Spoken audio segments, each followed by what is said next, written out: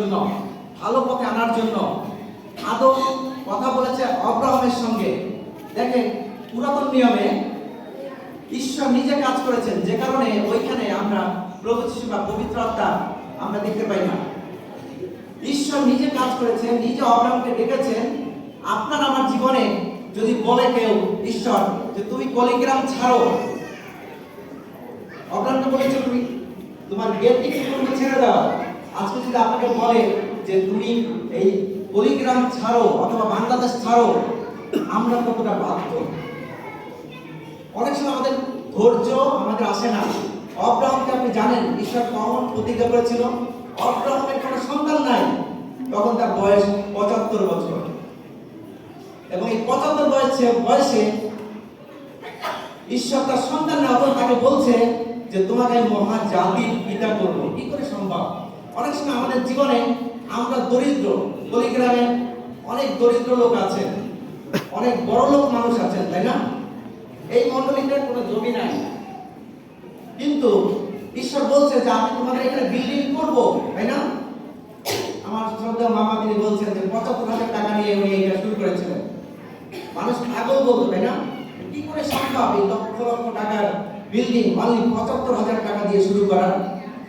আব্রাহামের সন্তান নাই, 75 বছর বয়সে ঈশ্বর তাকে প্রতিজ্ঞা করেছেন আমি তোমাকে একটি সন্তান দেব এবং তোমাকে মহাজাতির পিতা করব। অনেক সময় আমাদের কিছু নাই, টাকা নেই, পয়সা নাই, কিন্তু যদি ঈশ্বর বলে যে আপনাকে আমি এই বাংলাদেশের সর্বোচ্চ ধনী করব, আপনি কি বিশ্বাস করবেন?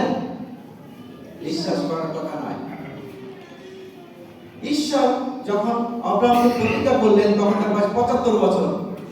অনেক সময় আমরা মানুষকে বলি না যে আসবো কয়টায়? 12টায়, তাই না? আমরা 1 ঘন্টা লেট করলে কি তার ধৈর্য অধৈর্য হয়ে যায়, তাই না? 76 বছর গেল আব্রাহামের, 77 বছর, 80 বছর, কই কোনো সন্তান নাই। ঈশ্বর বলতে তাকে মহাজাতির পিতা করবে।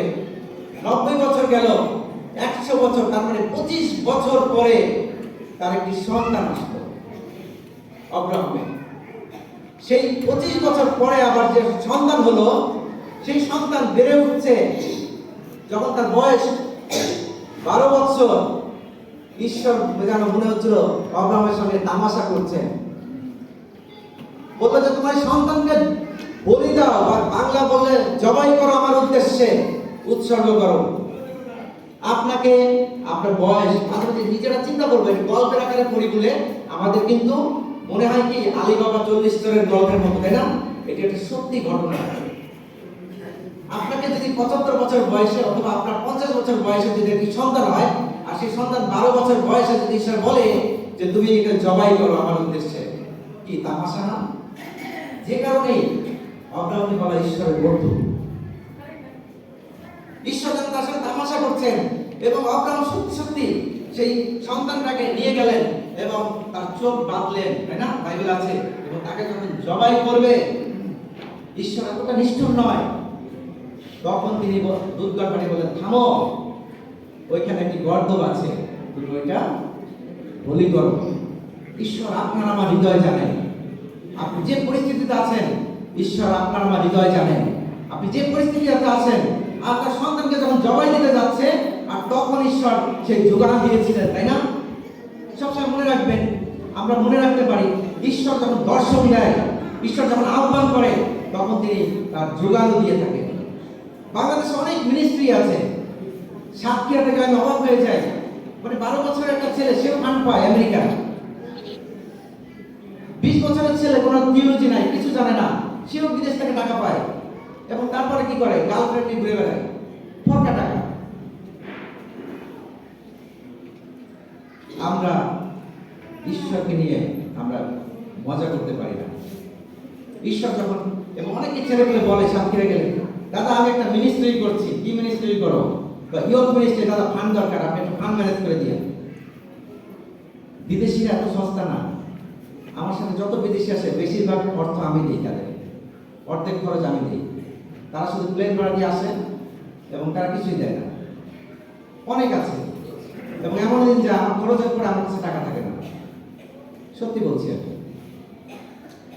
এবং তারা বলে যে দাদা একটা মিনিস্ট্রি শুরু। মিনিস্ট্রি কি মজা করার বিষয়?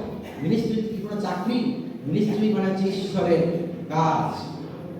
ঈশ্বর যদি আহ্বান করে, ঈশ্বর সঙ্গে সঙ্গে তার যোগানো দিয়ে থাকবে। ঈশ্বর, আমি যেটা বলছিলাম যে পুরাতন নিয়মে ঈশ্বর আহ্বান সবাই পেত না, তখন কোটি কোটি মানুষ ছিল।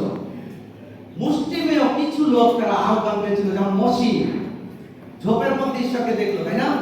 অব্রাহম, ইয়ো, দাউদ, তাদেরকে ঈশ্বর ব্যবহার করেছিলেন। আহ্বান খুব রেয়ার ছিল পুরাতন নিয়মে, সবার জন্য নয়। কিন্তু প্রভু যিশু আসার পরে আহ্বান সবার জন্য।